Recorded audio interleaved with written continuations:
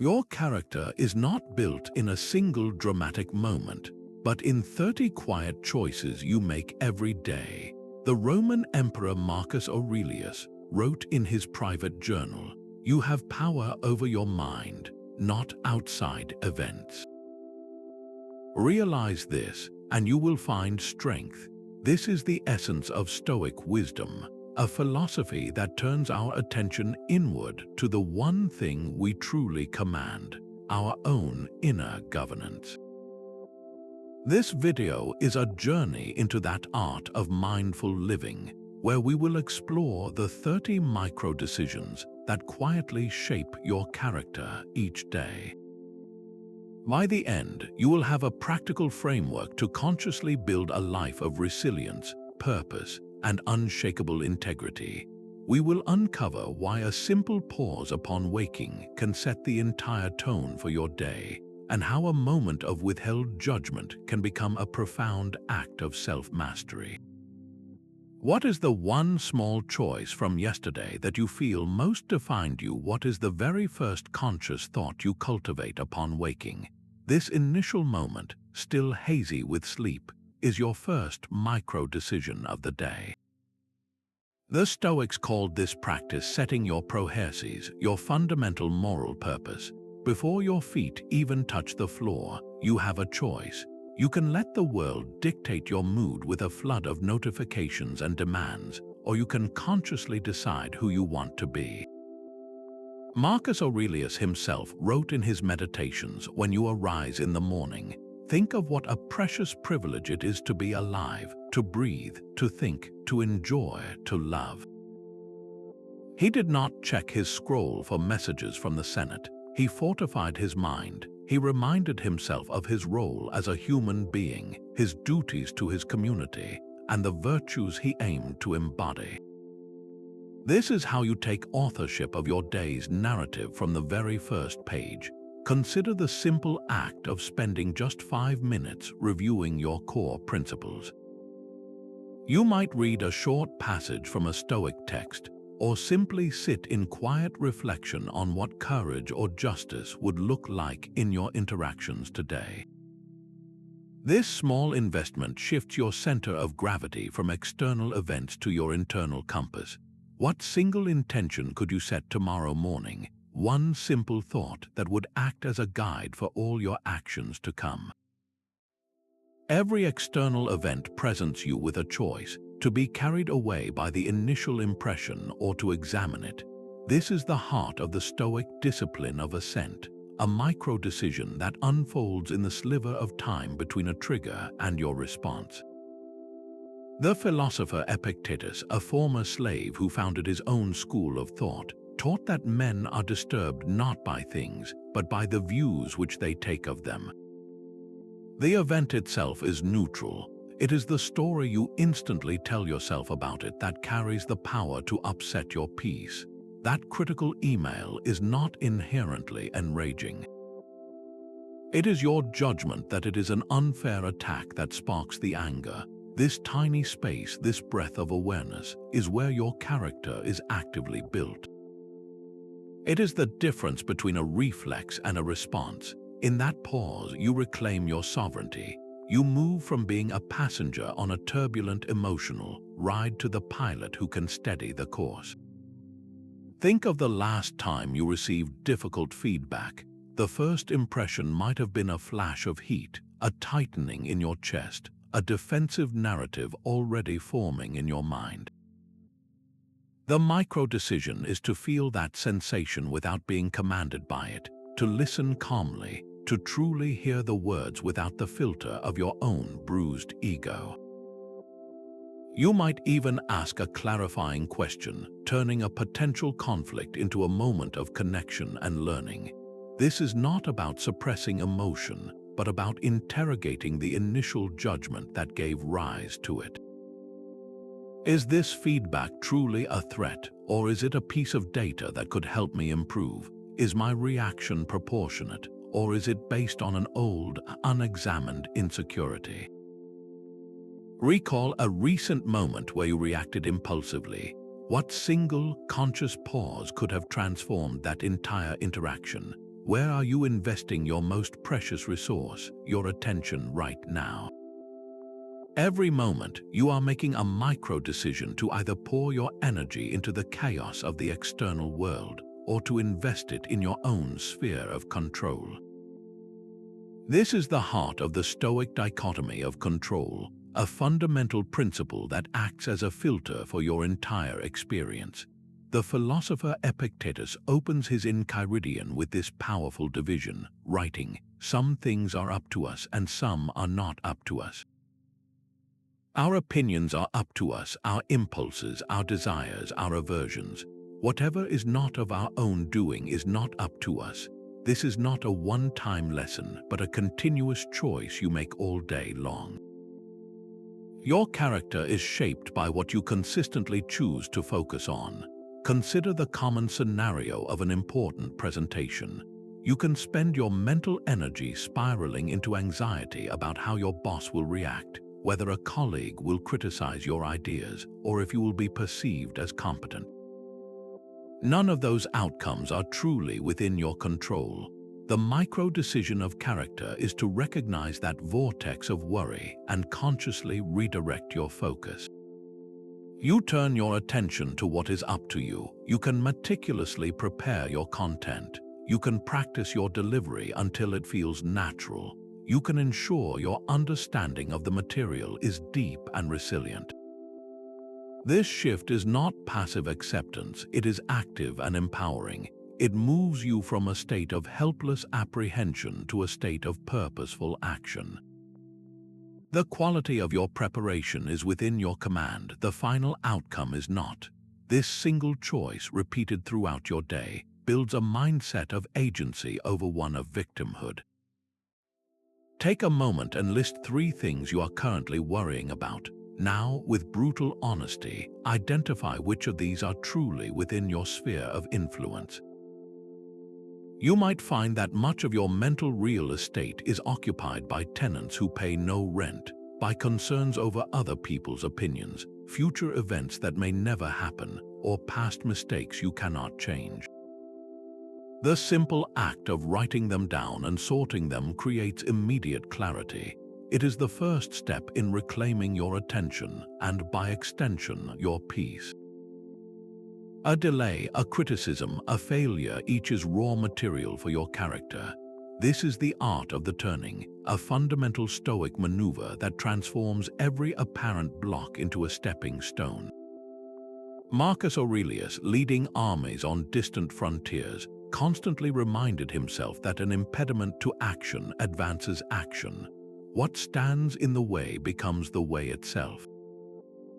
His private journal is filled with this resilient refrain, writing, "The obstacle in the path becomes the path." Never forget that within every barrier is an opportunity to strengthen your resolve, to practice a virtue, to learn something you would have otherwise missed. Our judgment alone performs this alchemy. The event itself remains neutral, but our interpretation gives it power, either to break us or to build us. Think of a cancelled plan that frees up your evening. The initial impression might be one of disappointment, a social connection lost. The micro-decision of character is to catch that initial judgment and turn it. You now have a gift of unexpected time. This is not a void to be filled with restless scrolling, but an opportunity for rest you desperately needed, or quiet study on a project you care about, or a chance to connect with a family member at home. The cancelled plan did not change, but your relationship to it did. You moved from passive recipient of circumstance to active architect of your time. This is how obstacles become fuel. A professional setback forces a re-evaluation of your strategy, often leading to a more innovative and robust approach than your original one. A moment of criticism, when you pause to examine it without ego, can reveal a blind spot and become a catalyst for genuine growth. Your character is forged not in the absence of difficulty, but in your daily decision to meet it with this creative, resilient mindset. Think of one recent setback, however small. What single shift in your perspective could reveal its hidden value? turning it from a source of frustration into a potential source of strength. The Stoics found profound depth in the simple, everyday aspects of life that we often overlook. This is not about grand gestures of thanks, but a quiet, continuous micro-decision to actively acknowledge the good that is already present.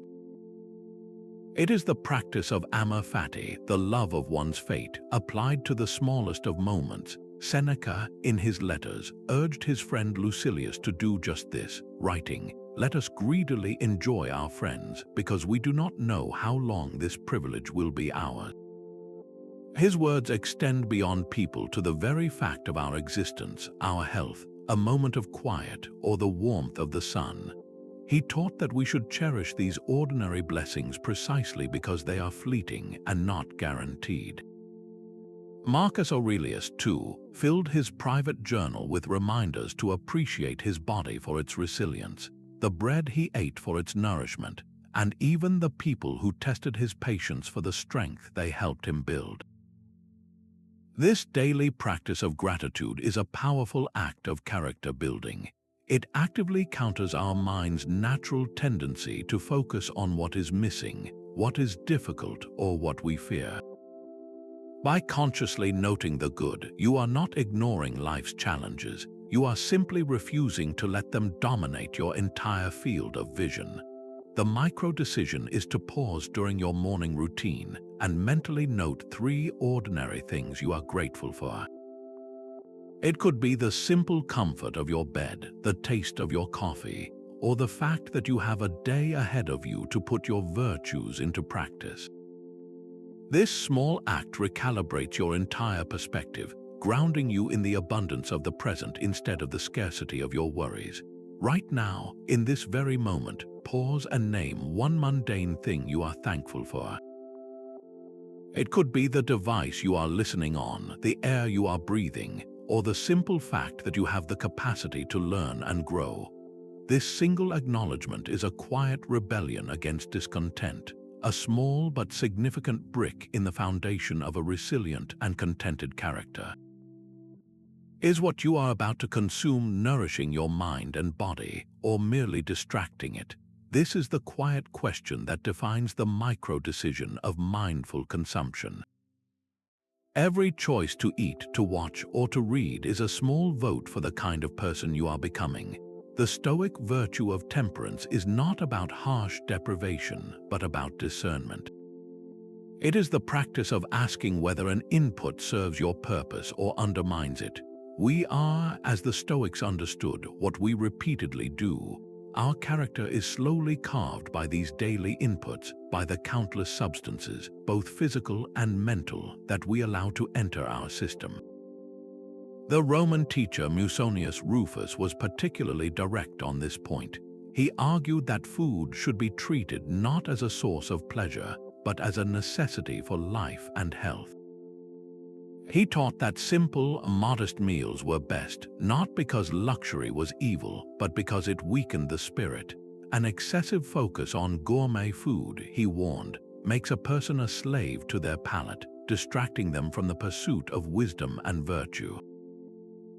This principle extends far beyond the dinner plate. It applies with equal force to the media and information we digest.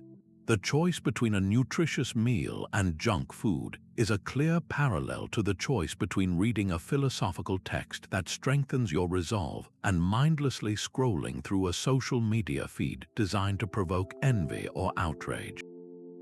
Each is a consumption decision. One builds resilience and clarity, the other fosters agitation and discontent. The micro-decision here is to pause at the point of choice. Before you click on that link or open that app, take one breath to ask its purpose. Is this going to fortify my mind or simply fill a moment of boredom? Is this information useful for living a better life, or is it just mental clutter? This is not about banning all leisure, but about infusing your choices with intentionality. Your character is shaped in these moments of selection. Today, conduct a simple audit of just one aspect of your consumption. Perhaps it is the first 30 minutes after you wake up. What are you feeding your mind during that time? Could you replace one source of noise with a single page of something meaningful? That single, conscious substitution is a profound act of self-respect, a quiet declaration that your inner world is worth protecting. In conversation, you face a choice to wait your turn to speak or to truly hear the other person. This is a micro-decision of profound character, a quiet practice of the Stoic virtue of justice and fellowship. The Stoics believed we are fundamentally social creatures, born for community, not for isolation. Our duty to one another is not just to avoid harm, but to actively contribute to the common good. And what is a more fundamental contribution than the gift of your full attention? The philosopher Epictetus offered a simple, physical reminder of this principle. He said we have 2 ears and 1 mouth so that we can listen twice as much as we speak. This is not just a clever saying, it is a design specification for a virtuous life. Listening is the foundational act of understanding, and without understanding, any action we take is likely to be misguided. Think of a friend sharing a problem with you. Your first impulse, the automatic reaction, is often to solve.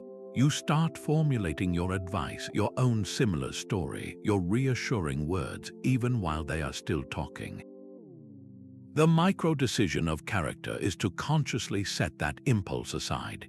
It is to quiet the internal monologue and offer your complete presence. You are not just hearing their words, you are listening for the emotion behind them, the unspoken worry, the quiet hope.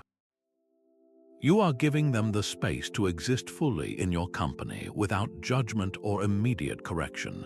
This act of deep listening is a form of respect. It acknowledges the other person's inherent dignity and their capacity to find their own answers. Your role shifts from a fixer to a witness, from a lecturer to a fellow traveler. The next time someone shares something difficult with you, try a simple experiment.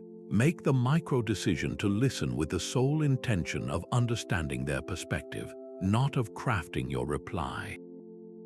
You might be surprised at how the dynamic of the conversation transforms. It becomes less of a transaction and more of a connection.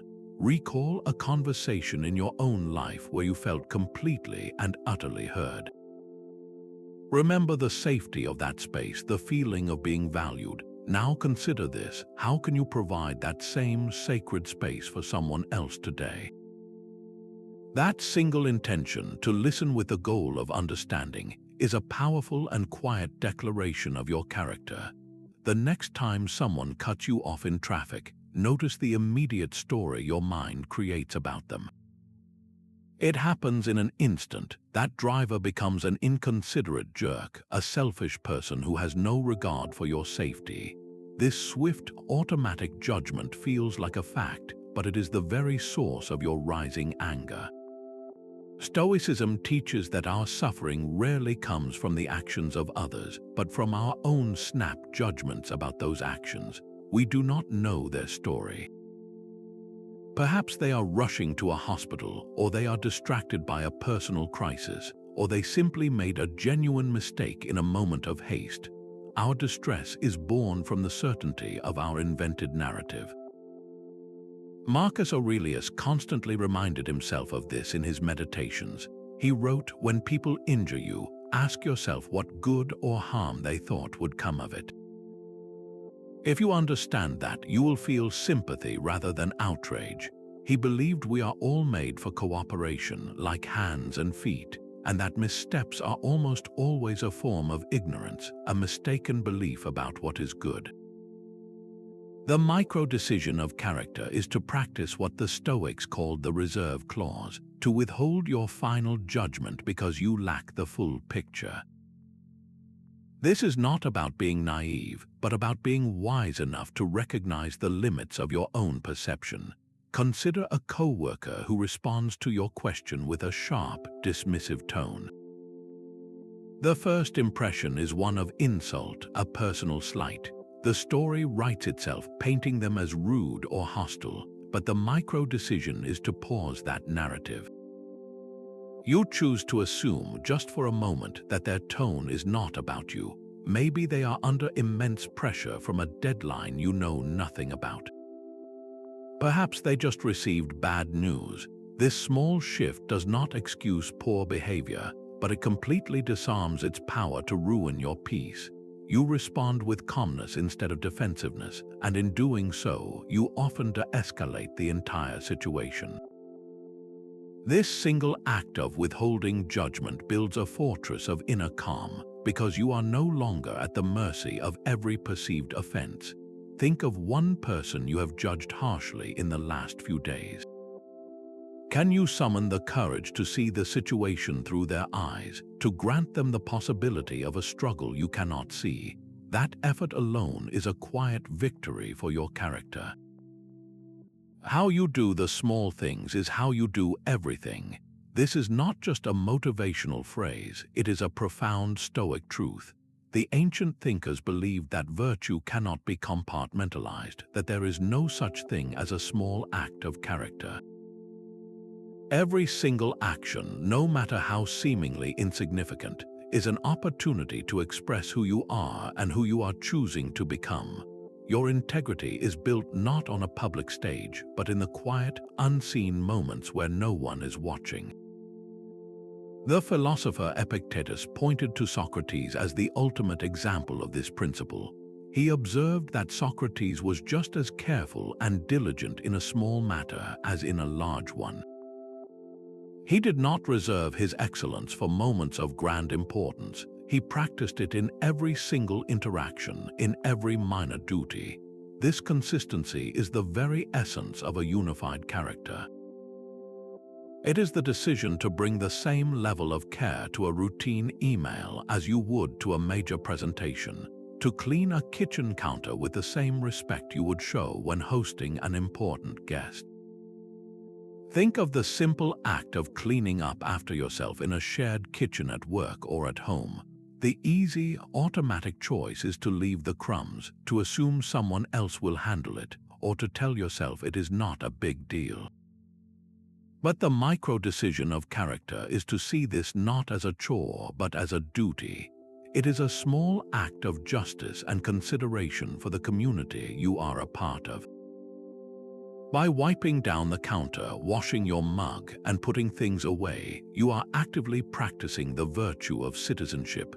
You are declaring that you care about the shared space and the well-being of others, even in a way that will almost certainly go unnoticed and unthanked. This is where your philosophy is tested and proven, not in the lecture hall but at the kitchen sink. Tomorrow, choose one small, routine task you normally rush through or neglect.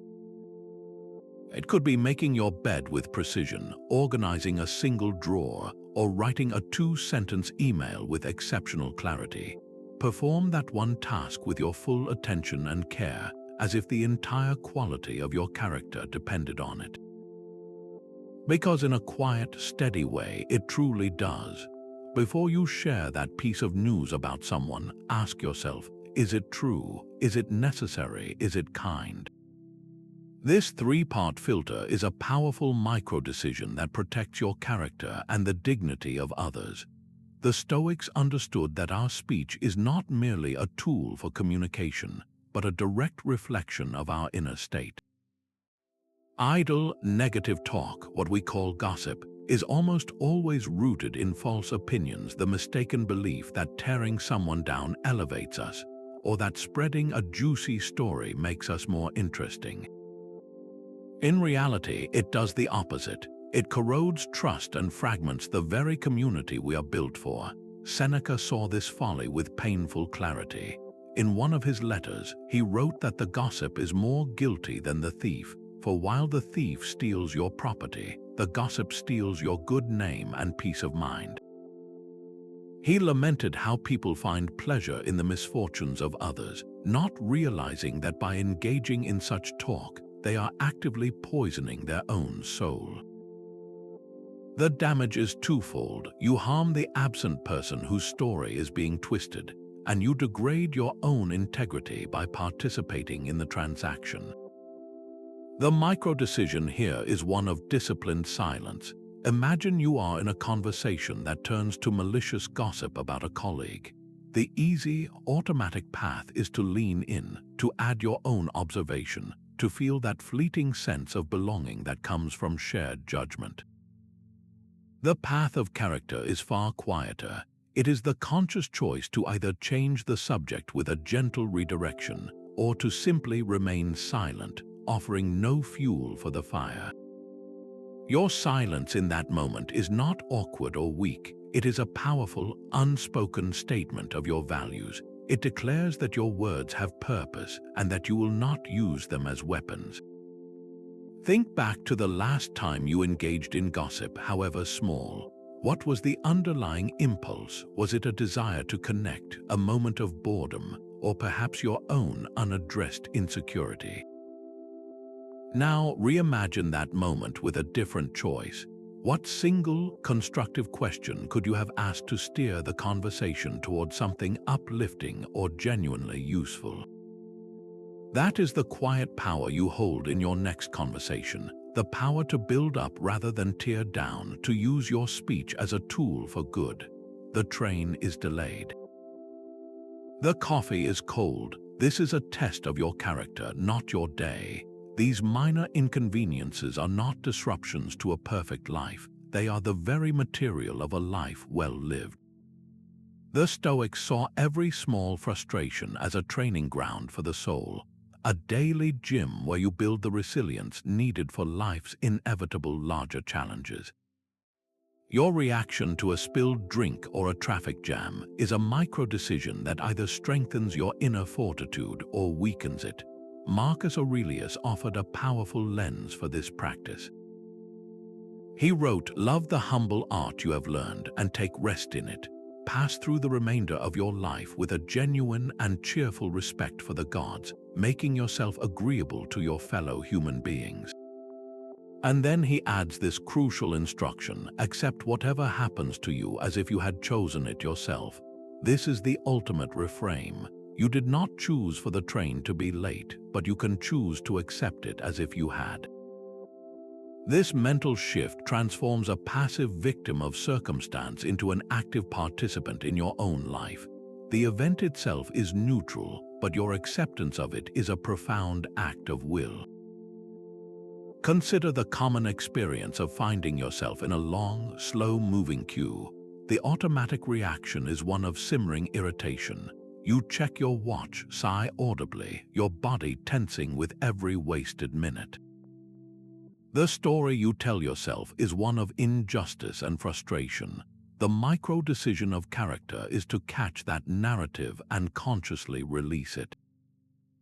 You accept the delay as if you had chosen this very moment of waiting. With that acceptance, your entire relationship to the situation changes. Instead of burning mental energy on resistance, you can use the time for patient observation. You notice the details of your surroundings, you practice stillness. You might even offer a kind word to the person next to you who is also waiting. This is not passive resignation. It is active engagement with reality as it is, not as you wish it to be. You turn a moment of friction into an opportunity to practice the virtue of patience. Bring to mind a recent minor annoyance from your own week, perhaps a slow internet connection or a last-minute change of plans. For just a moment, practice mentally accepting that event completely without a single internal complaint. See if you can find a flicker of curiosity within the frustration, a small space where your character, not your circumstances, gets to decide what happens next. Before sleep claims you, the Stoics advise a quiet conversation with yourself. This is the nightly review, a profound micro-decision to close your day not with distraction, but with deliberate reflection. While the morning prepares your character for the day ahead, the evening examines how well you actually lived it. Seneca, the great Roman statesman and philosopher, was a devoted practitioner of this ritual. He wrote in his work on anger about his nightly routine, describing how he would question his own soul. Where have I gone wrong? What have I done? What duty have I left unfulfilled? He would sift through his actions and words not to punish himself but to learn. He saw this as the essential work of weeding a garden, pulling out the faults before they could take deeper root. This practice is not about self-criticism but about self-correction. It is how you actively participate in the sculpting of your own character, using the raw material of your lived experience. The process is simple yet transformative. In the final quiet minutes of your day, perhaps as you lie in bed, mentally retrace your steps. Recall 3 key moments, perhaps a difficult conversation, a moment of temptation, or a task you approached with resistance. Examine each one not with guilt but with the calm curiosity of a scientist studying data.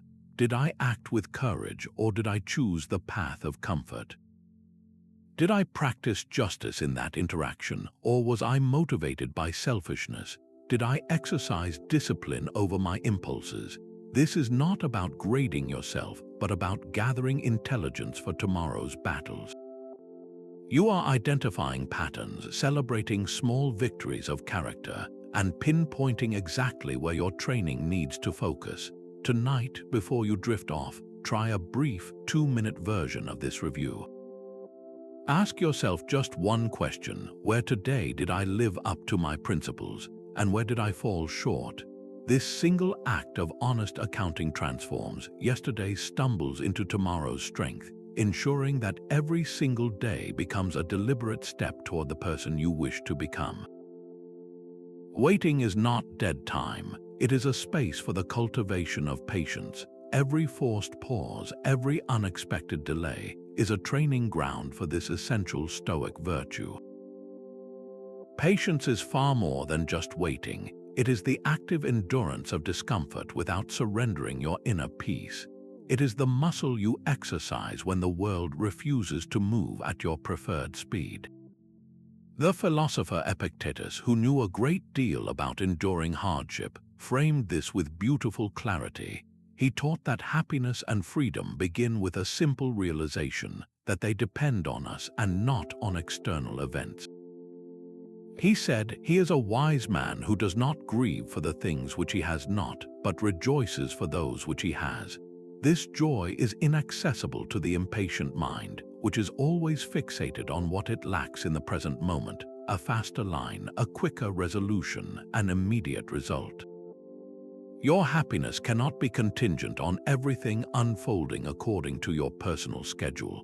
The micro-decision here is to see the delay not as a thief of your time, but as a donor of an opportunity.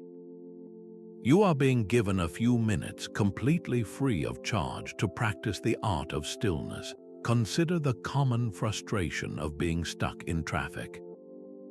The automatic reaction is to clench the steering wheel, to curse the cars ahead, to let the ticking clock erode your composure. The Stoic response is a conscious pivot. You can make the micro-decision to use that time not for fuming, but for fortifying. Perhaps you listen to a podcast that explores philosophical ideas, feeding your mind instead of your irritation. Or, more fundamentally, you can simply practice observing your own breath. You notice the tension in your shoulders and consciously release it. You watch the chaotic swirl of your impatient thoughts without getting swept away by them. In that space, you are not just waiting, you are building. You are transforming a traffic jam into a monastery on wheels, a quiet classroom for your character. Think of one routine situation where impatience consistently gets the better of you. Is it the slow-moving grocery store line, the lagging computer, waiting for a reply to an important message? Now make a simple plan. The next time it happens, your single, pre-decided response will be to take one deep breath and silently affirm, "This is my practice." This small shift in intention turns a daily nuisance into a deliberate exercise in self-mastery. What one thing could you remove from your life today to create more space for what truly matters? This question lies at the heart of a powerful micro-decision, the choice to actively simplify. The Stoics practiced a form of asceticism, not as a punishment, but as a path to liberation. They understood that it is not our possessions that cause us trouble, but our desires for them.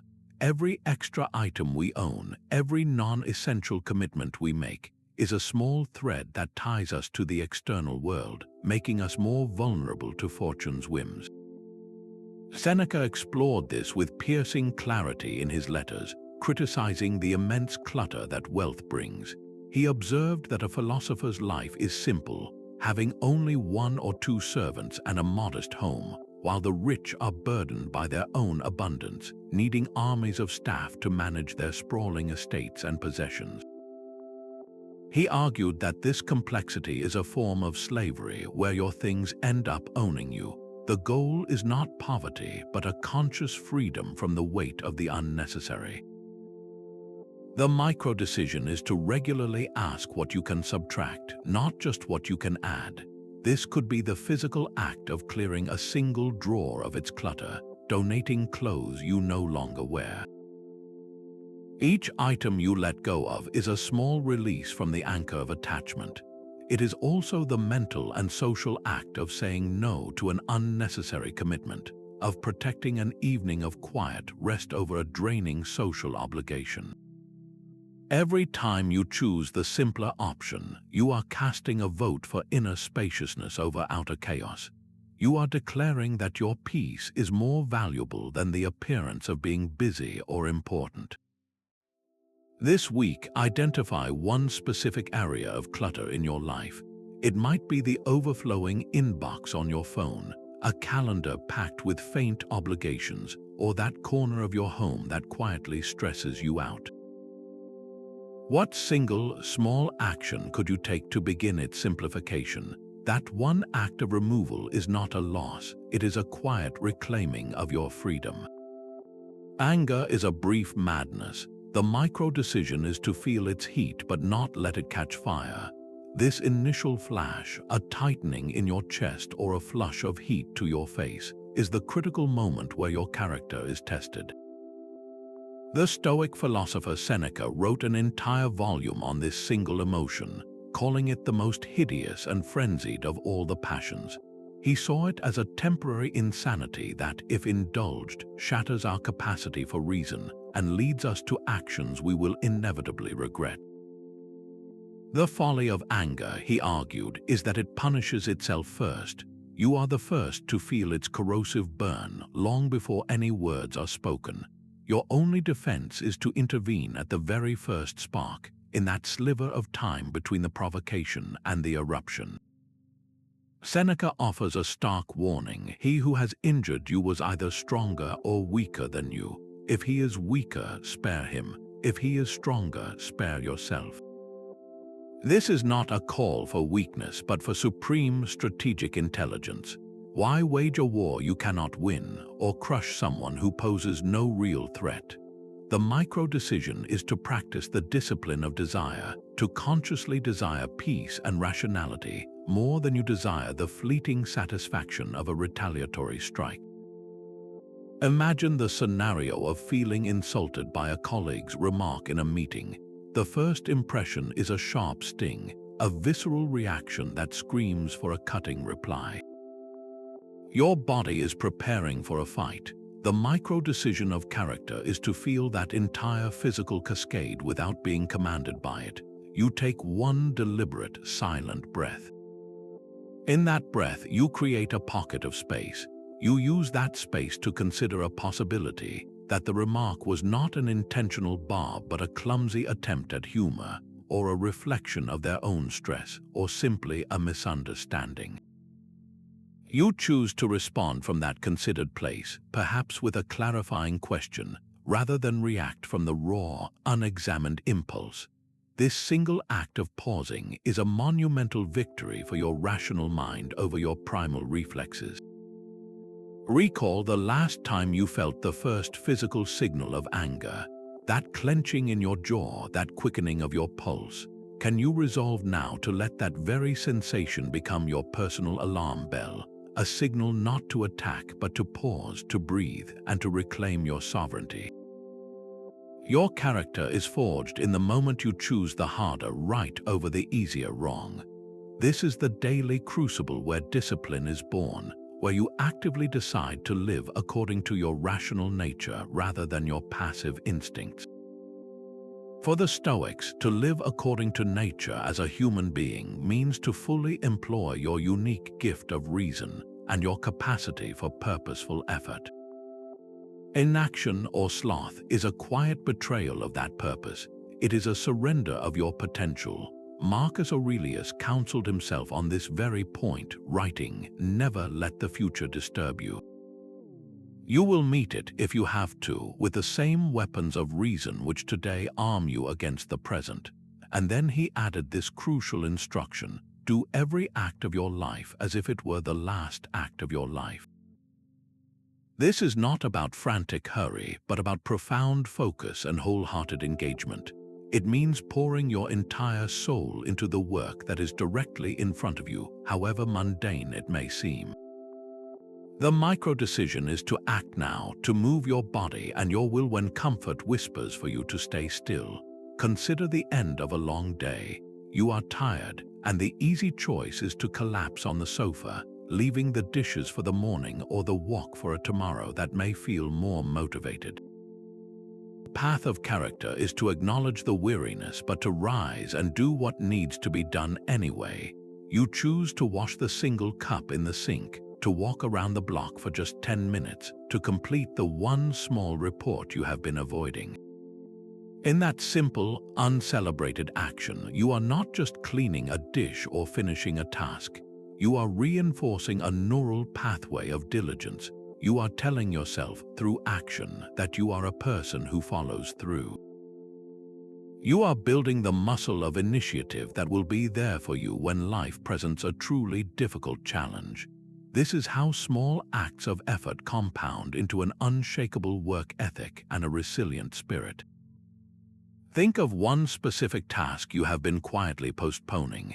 It might be a cluttered closet, an overdue email, or a phone call you dread making.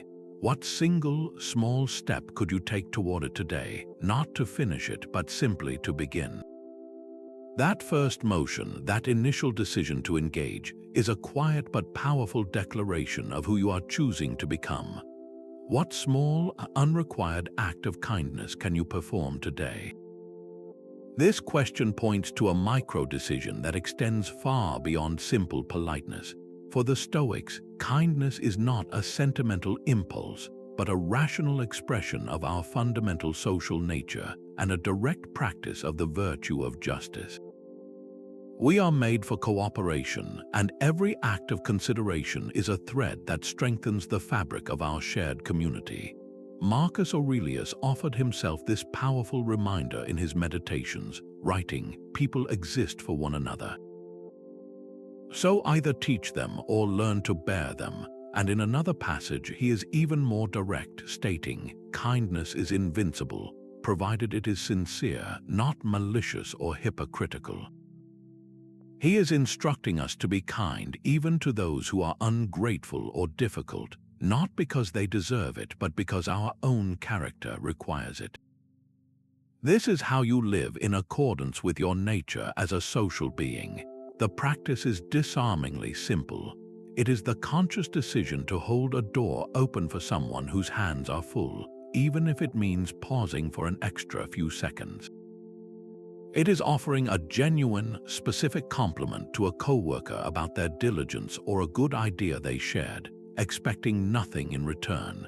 It is the choice to let a car merge into your lane during heavy traffic, releasing the impulse to guard your position as if it were a personal fortress.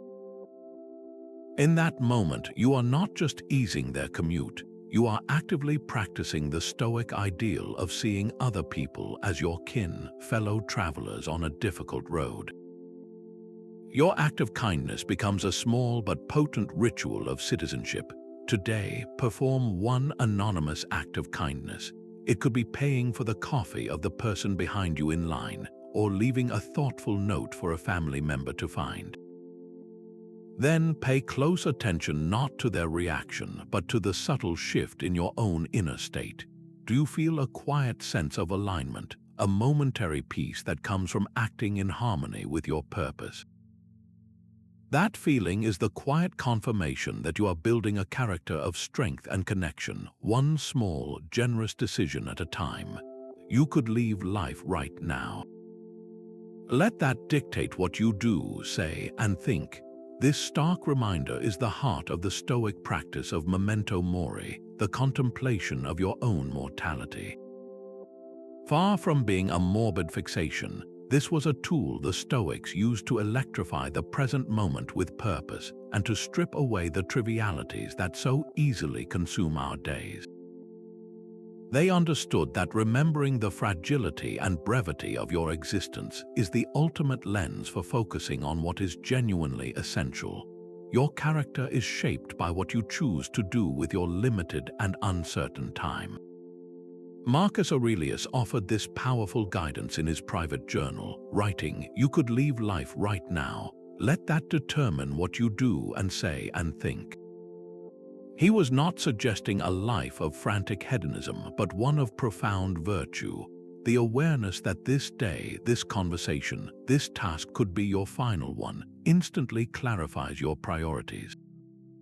It asks you to act with the integrity you would want to be remembered for, to speak with a kindness that leaves no room for regret, and to engage with your work as if it were your last opportunity to contribute. This is the micro-decision of memento mori. When you find yourself spiraling into anxiety over a minor social slight or wasting an hour in indecision and procrastination, you pause and ask yourself one simple, grounding question. Will this worry, this delay, this resentment matter on my last day? The answer, almost always, is a clear and liberating no. That question acts as a filter, allowing the small stuff to fall away so you can focus your energy on what truly lasts, the quality of your character and the depth of your connections. Think for a moment and write down, just for yourself, what you would do differently today if you knew with certainty it was your final day. Would you finally have that difficult but necessary conversation with compassion? Would you set aside your grievances and truly listen to a loved one? Would you spend one less hour on distraction and one more hour on something that gives your life meaning? Now, from that list, choose just one single change you can implement before the sun sets. This is not about a dramatic life overhaul, but about letting the quiet awareness of your finitude guide one small, purposeful action. That single, conscious choice made in the shadow of eternity is a powerful step toward a life of unshakable purpose. Scrolling through curated lives online, you face a daily choice to covet or to be content. This impulse to compare your reality with someone else's highlight reel is one of the most corrosive micro-decisions you can make. The Stoics identified envy as a profound form of self-inflicted slavery because it chains your happiness to an external you can never truly control: the fortune, status, or possessions of another person. It is a sickness of misplaced desire, a refusal to accept the lot you have been given. The former slave and philosopher Epictetus, who owned almost nothing, offered a radical definition of freedom. He taught, "He is a wise man who does not grieve for the things which he has not, but rejoices for those which he has." This is the secret. True wealth is not about acquiring more, but about genuinely wanting what you already possess. When you envy your friend's new car or your colleague's promotion, you are not just admiring their good fortune, you are actively devaluing your own. You are telling yourself a story of lack, ignoring the abundance that is already present in your own life. The micro-decision of character is to catch that green-eyed monster the moment it stirs and to consciously reframe your gaze. The next time you feel that pang of jealousy while browsing social media, pause the scroll. Instead of falling into the spiral of comparison, make a deliberate choice to appreciate a specific blessing in your own life. It could be the simple gift of your health that allows you to walk in the park, the loyal friend you can call at any hour, or the quiet opportunity you have to learn a new skill. You are not denying their success, you are simply affirming your own sufficiency. This shift transforms envy from a poison into a catalyst for gratitude. Take a quiet moment and list 3 things you possess that someone else might rightly envy. Perhaps it is your capacity for laughter, a skill you have honed over years, or the peaceful solitude of your morning routine. This simple act of inventory is a powerful declaration of independence from the tyranny of comparison, a quiet step toward a character defined not by what it lacks, but by the deep and abiding wealth it already holds. Between a thought and its expression lies a space of freedom. Use it. This is the micro-decision that governs your speech, a conscious pause where you apply a simple but profound filter to your words. The Stoics placed immense importance on reasoned speech, viewing it as a direct extension of our rational nature and a measure of our self-control. Careless words spoken in haste or anger can do damage that lasts for years, while considered speech builds bridges and fosters trust. It is in that brief silence before you speak that your character actively chooses its impact. The philosopher Epictetus offered a stark warning on this very point. He said, if you wish to improve, be content to appear clueless or stupid in extraneous matters. Do not wish to seem knowledgeable, and as for your tongue, keep it mostly silent. He was not advocating for silence in the face of injustice, but for the discipline of speaking only when your words have passed through the filter of virtue. This is the practice of guarding your speech, ensuring it serves a purpose greater than just filling the air or venting an emotion. Consider a moment in a team meeting where you strongly disagree with a proposed plan. The initial, unguarded thought might be a sharp critique, a sentence that begins with, "That will never work because." This kind of statement, while it may feel true, often puts others on the defensive and shuts down collaboration. The micro-decision of character is to catch that initial phrasing and hold it in that space of freedom. You then consciously reframe your point using the triple filter. Is it true? Is your assessment based on facts, not just frustration? Is it necessary? Does saying this right now move the group toward a solution? Is it kind? Can it be phrased constructively, focusing on the idea and not the person? So instead, you might say, I appreciate the effort behind this plan. I have some concerns about the timeline based on our past projects. Could we explore some potential adjustments to make it more robust? This shift transforms your criticism from an attack into an invitation to problem solve together. Your words become tools for building rather than weapons for breaking. Today, in one single conversation, make the quiet decision to pause before you speak. Run your intended words through this 3-part filter of truth, necessity, and kindness. Notice the power that emerges when you choose to speak not from impulse but from intention.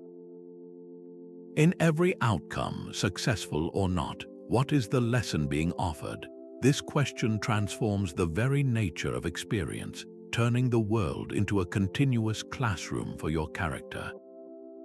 The Stoics did not see failure as a verdict on your worth, but as a necessary and invaluable part of your education in virtue. Each setback, each mistake, and every unexpected result is a curriculum designed specifically for your growth. Marcus Aurelius constantly framed his life this way, viewing even the most difficult people as his instructors. He wrote in his Meditations, "The art of living is more like wrestling than dancing, because an art which looks for readiness to meet what comes and is not easily thrown." And then he offered this crucial perspective: when you are offended by any man's fault, immediately turn to yourself and reflect on what similar fault you possess. In this view, the other person's error becomes a mirror, revealing a weakness in yourself that you can now address. The entire world becomes your teacher. The micro-decision here is to actively choose learning over lamentation. It is the quiet resolve to mine every experience for its wisdom, especially the ones that sting. Imagine you make a significant error at work, perhaps miscommunicating a detail that leads to a client's frustration. The automatic reaction is a flood of shame and self-recrimination, a desire to hide the mistake or defensively blame external factors. The path of character is entirely different. It is the conscious choice, after acknowledging the error, to sit down with a notebook and ask one simple question: what is the one key takeaway here? You write down a single, actionable piece of wisdom. I need to confirm important details in writing before proceeding, or I must practice delivering difficult news with more clarity and compassion. This single act of extraction changes everything. The failure is no longer a pointless source of pain. It is a data point that has just made you wiser and more capable. It becomes a stepping stone, not a tombstone. Think back to a recent failure in your own life, large or small. What one specific piece of wisdom did that experience offer you? Perhaps it taught you the limits of your patience, revealed a skill you need to develop, or showed you who you can truly rely on. That single insight, once identified, is the gold you retrieve from the mine of difficulty, a treasure that quietly enriches your character for all the days to come. You can do everything right and still not get the result you want. The Stoic is prepared for this. Our power lies solely in our own actions and judgments, never in the final outcome, which is always subject to forces beyond our control. This is the heart of the Stoic reserve clause, a powerful mental addendum to every endeavor. You commit fully to the process, doing your very best, while simultaneously holding the result lightly, accepting whatever unfolds with equanimity. The philosopher Epictetus framed this with beautiful precision when he instructed his students: make the best use of what is in your power, and take the rest as it happens. Your job is the quality of your effort, not the prize it may or may not bring. This is not a recipe for apathy, but for profound freedom. When your sense of worth is tied to the outcome, you become a hostage to fortune. When it is tied to your integrity of effort, you are unshakable. Consider the micro-decision involved in a job interview. You can spend days researching the company, preparing thoughtful questions, and practicing your responses. This is your sphere of control. You pour your energy into this preparation, ensuring your contribution is excellent. Then comes the critical pivot, the micro-decision of letting go. You walk into the interview room having already made peace with either result. You understand that the final decision rests on 100 variables you cannot command, from the mood of the hiring manager to the specific needs of a team you know nothing about. By releasing your white-knuckled grip on the specific outcome of getting the offer, you paradoxically perform better. The anxiety that would have tightened your voice evaporates. You are present, authentic, and engaged, not because you are desperate, but because you are focused on the only thing you can truly offer, which is your best self in that moment.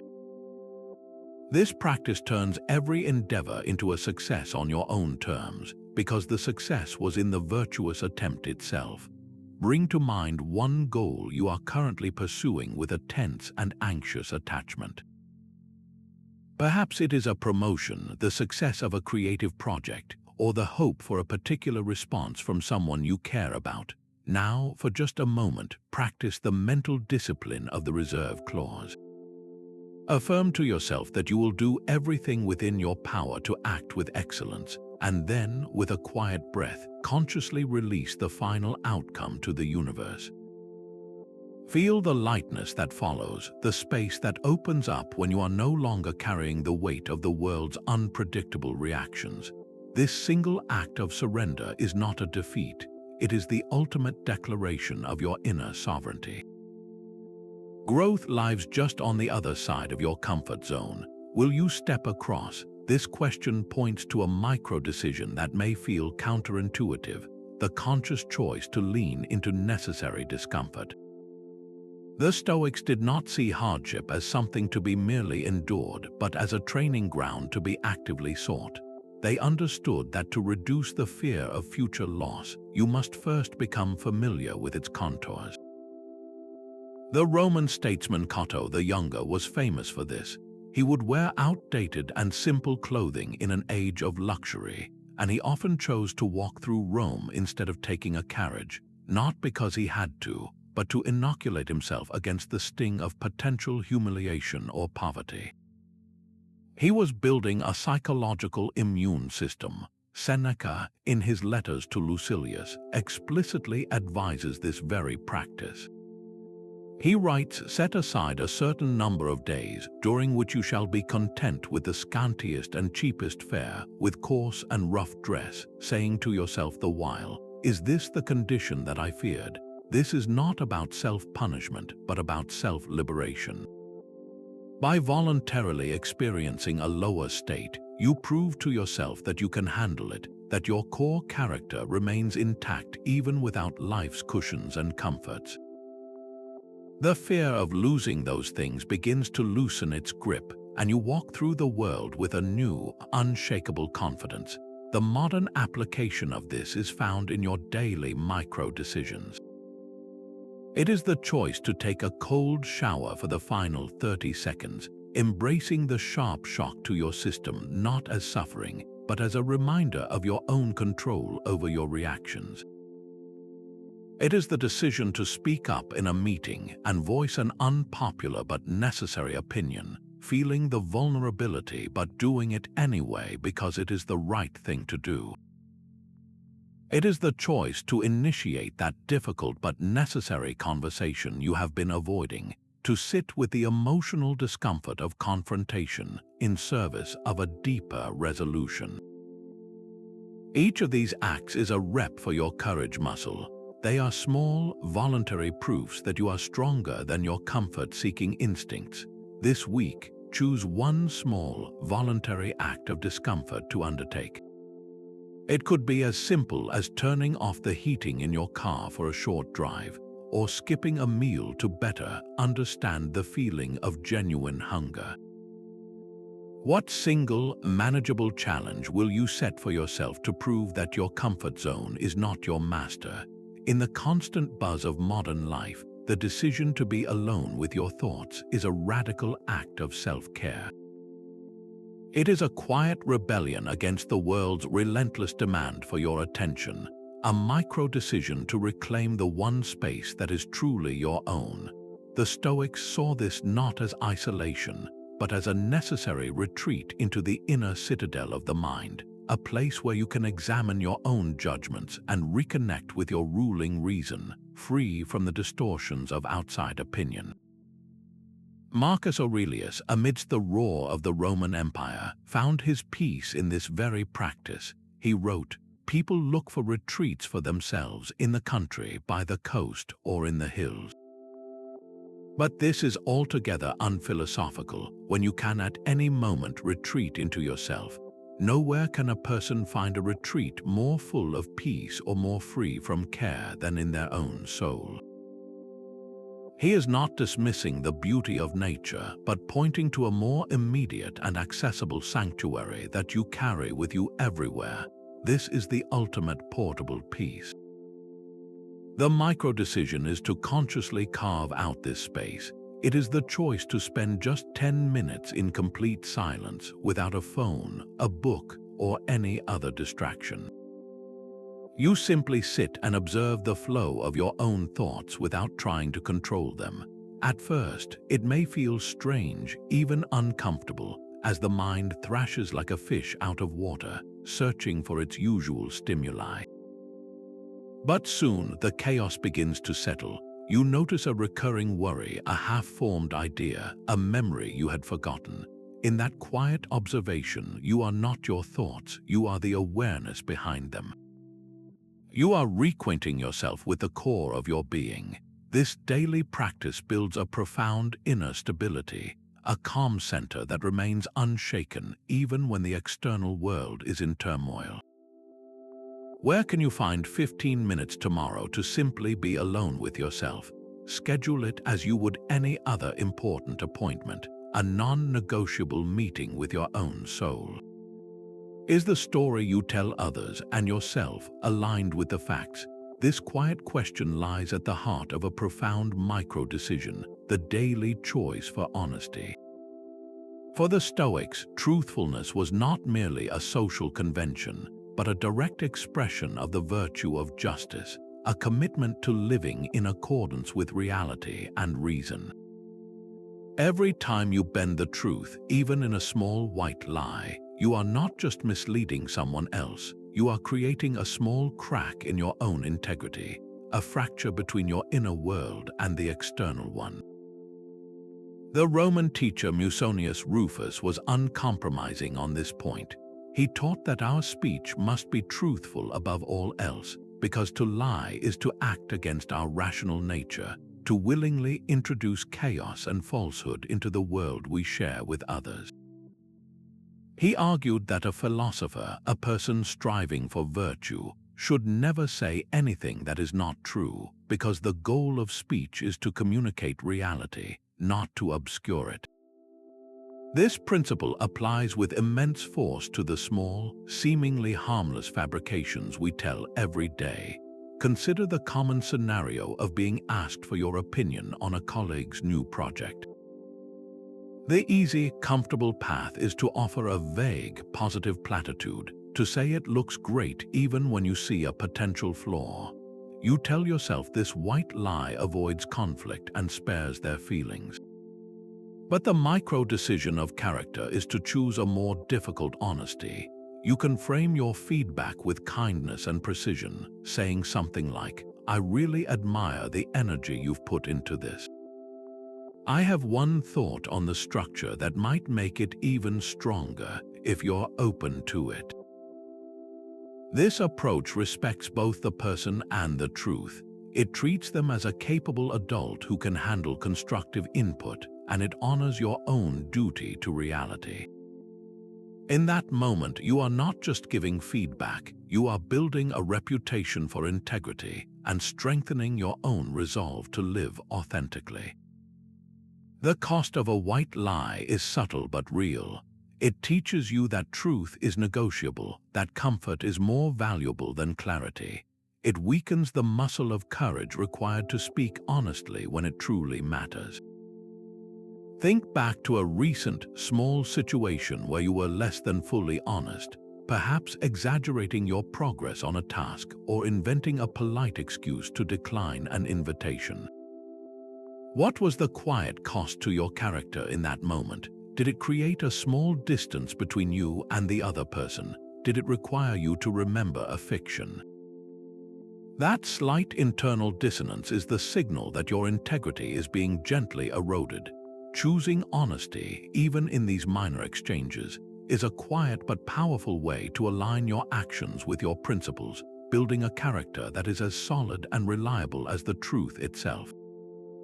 The enthusiasm of starting is common. The integrity of finishing is rare. That initial spark of motivation is a fleeting gift, but the real work of character begins when that spark has faded, when the novelty has worn off and only the dull, persistent effort remains. This is the micro-decision to see a task through to its proper end, a quiet practice of the Stoic virtue of discipline. Your word, even the one you give to yourself, becomes your bond. Every time you follow through on a commitment, no matter how insignificant it seems, you are depositing a small coin into the bank of self-trust. Every time you abandon a task halfway, you are making a small withdrawal from your own integrity. The philosopher Epictetus, with his unflinching focus on action, highlighted this very principle. He taught that we must not only begin our work but see it through. He said, "If you have undertaken to do something, do it thoroughly and do not back away." He saw this follow through as the physical manifestation of a rational and consistent will, a will that is not swayed by fluctuating feelings or external distractions. The goal is not just to start with good intentions, but to finish with good character. Consider the simple act of cleaning the kitchen. The automatic choice, once the initial energy wanes, is to wash only the dishes in the sink and call it done. You leave the counters unwiped, the floor unswept, the stove top grimy. The micro-decision of character is to push through that moment of resistance.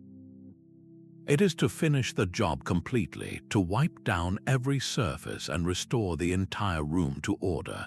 You are not just cleaning a kitchen, you are building the neural pathway of completion.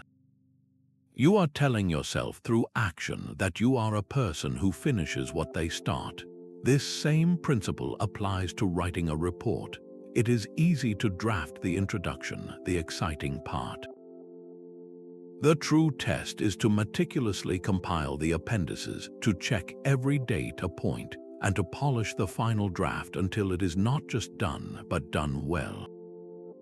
This disciplined follow-through builds a reputation for reliability, first with yourself and then with the world. Think of one project you have left unfinished, perhaps a book half read, a course half completed, or a closet half organized. What single, small step could you take today to move it 1 inch closer to completion? That one small action, taken without the fuel of initial excitement, is a profound declaration of your growing discipline. Everyone you meet is fighting a hard battle you know nothing about. Your decision is whether to remember that. This daily choice to actively understand another's perspective is a profound micro-decision of character, rooted in the Stoic concept of oikeiosis.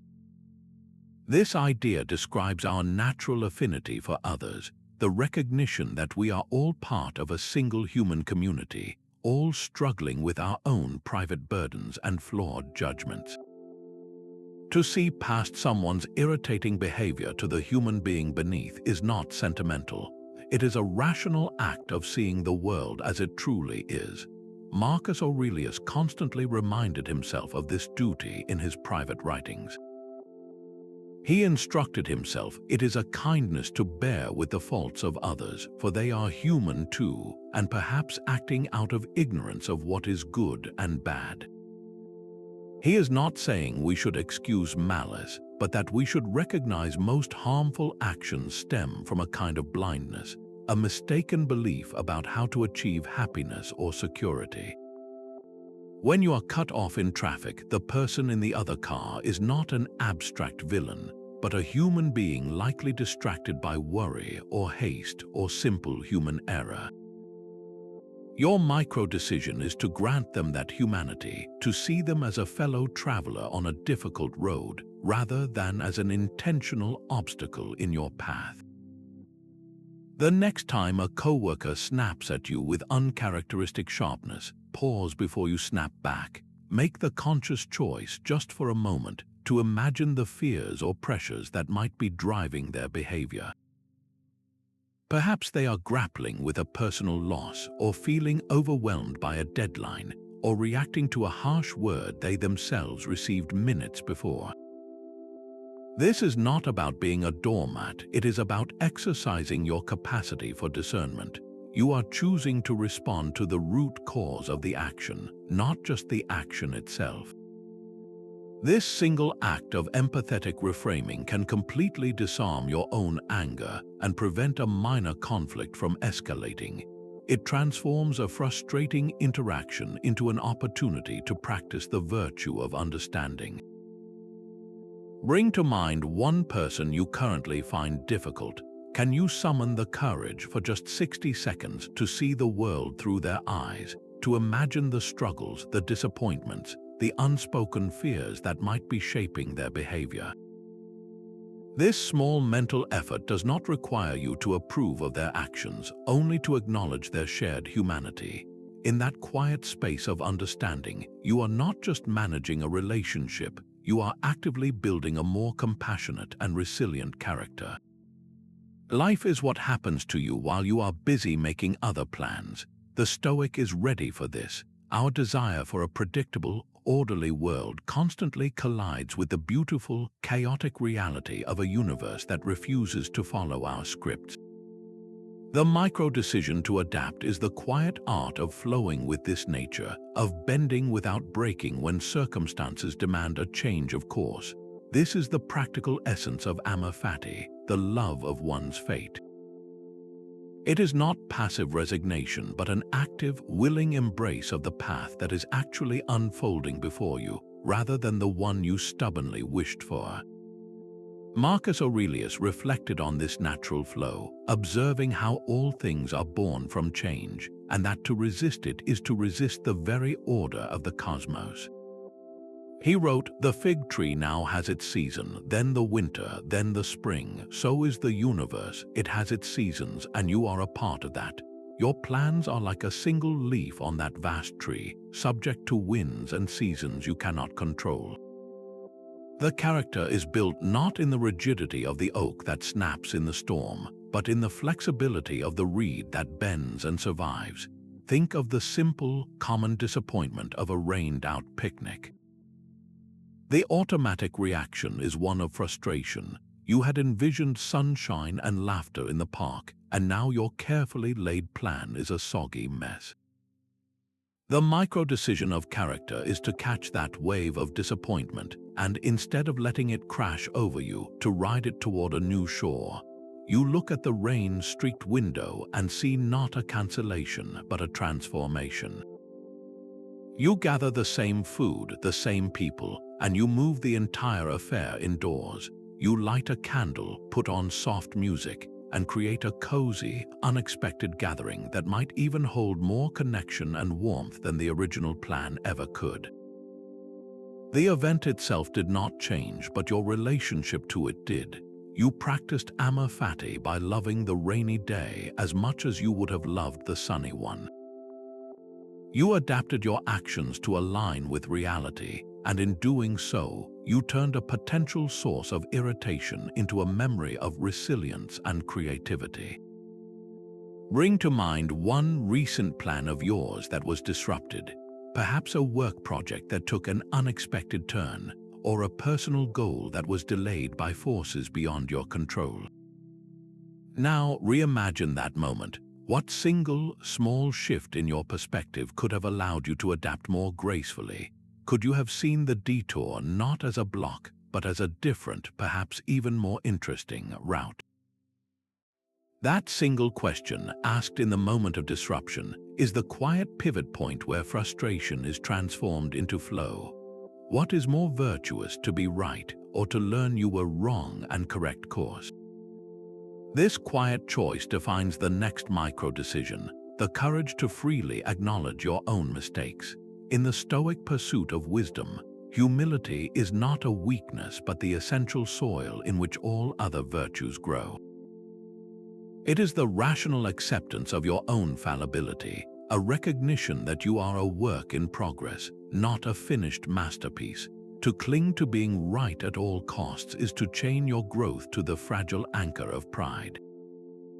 The Roman philosopher Seneca explored this with piercing clarity in his letters. He wrote that the first step toward wisdom is to admit your own faults, and that the person who cannot be corrected cannot be saved. He saw the refusal to acknowledge error as a form of intellectual and moral paralysis, a stubborn insistence on living in a self-created fantasy rather than in the clear light of reality. The micro-decision here is to view every mistake, however small, not as a personal failing but as a necessary date, a point on your journey toward becoming better. It is the conscious choice to trade the fleeting satisfaction of being right for the lasting gain of genuine growth. Consider the common scenario of speaking a harsh word in haste to a loved one. The initial prideful impulse is to justify your reaction, to list the reasons why they deserved it, to double down on your position. The path of character is the quiet, difficult decision to return to them and offer a sincere apology. You look them in the eye and say, "I was wrong to speak to you that way, and I am sorry." This is not an admission of defeat, but a declaration of strength. It proves that your commitment to your relationship and to your own integrity is greater than your attachment to your own ego. In that moment, you are not breaking your character, you are building it brick by humble brick. This practice extends to the smallest oversights. It is the decision to correct a minor factual error you made in a conversation, even when no one else would have known. It is the choice to admit to your team that your initial approach to a project was flawed and that a new direction is needed. Each time you do this, you are strengthening the muscle of humility and reinforcing your ultimate goal, which is not to be infallible but to be wise. Can you recall a recent, small mistake you made, perhaps a forgotten promise or a moment of unnecessary sharpness? For just a moment, practice admitting it fully to yourself without any layer of self-criticism or excuse. Simply observe the error with calm curiosity, as if you were a mentor reviewing a student's work. What single piece of wisdom does that mistake offer you for the day ahead? Every moment offers a clean slate. Your past missteps do not chain you. The Stoics understood that the only time we truly possess is the fleeting, ever-renewing present. This is the only arena where your will can operate, where your character can be actively expressed. To dwell on a failure from an hour ago is to sacrifice the only moment you have for action to a ghost you cannot change. This is the profound freedom of starting over, a power available to you in this very breath. Marcus Aurelius offered himself this liberating perspective, writing, "You have power over your mind, not outside events." Realize this and you will find strength. And then he added this crucial instruction, begin at once. To restart life with each new day, with each new hour, is to reclaim that power. Your character is not defined by the lapse, but by your decision in the moment that follows it. Imagine you lost your temper with a family member this morning. The automatic reaction is to carry a cloud of guilt and frustration for the rest of the day, letting that single failure color every subsequent interaction. The micro-decision of character is to consciously wipe that slate clean. You take one quiet breath and make a simple internal declaration, "I begin again now." You do not dwell on the mistake or punish yourself for it. You simply reaffirm your commitment to patience and kindness, and you bring that renewed intention to your very next conversation. This is how you build resilience, not by being perfect, but by your relentless willingness to return to your principles. The path of virtue is not a straight line you walk without stumbling. It is a compass you reorient yourself toward, again and again, no matter how far you may have wandered. What is one area where you feel you have failed recently? Perhaps it is a project you neglected, a promise you broke to yourself, or a moment of weakness you regret. For just this moment, grant yourself a full and complete pardon. Give yourself the radical permission to begin again, right now, with your very next action or thought. That single, quiet decision to reset is a profound act of self-mastery and the truest expression of a character committed to growth. Your character is not a monument built in a single day, but a mosaic assembled from countless quiet choices. It is the sum of these 30 micro-decisions you make every morning, every afternoon, and every evening. The grand declarations of who you wish to be mean very little next to the humble, consistent application of virtue in the small moments. This is the true architecture of the good life, a life built not on dramatic gestures but on the steady, daily practice of showing up as the person you know you can be. The Stoic path is walked not in giant leaps but in these small, deliberate steps. The philosopher Epictetus, who knew the weight of building a life from the ground up, left us with a guiding light. He said, "No great thing is created suddenly, any more than a bunch of grapes or a fig. If you tell me that you desire a fig, I answer you that there must be time. Let it first blossom, then bear fruit, then ripen. Your character is that fig tree. It requires daily cultivation in the soil of your ordinary life. Do not feel you must master all 30 decisions at once. That is a recipe for overwhelm. Instead, look back over this journey and choose just one or two of these micro-practices to focus on for the coming week. Perhaps it is the simple act of pausing before you speak, or the decision to find the hidden gift in a single daily frustration. Make the philosophy practical by starting small, right where you are. We are all students on this path, and your experiences are invaluable. In the comments below, share which micro-decision you are choosing to work on, or tell us about a small victory you have already had. Let us build a community of learning and support, reminding each other that we are not alone in this work. If this exploration of mindful living has resonated with you, subscribe for more content dedicated to putting these ancient Stoic principles into modern practice. Your journey of building an unshakable character continues with your very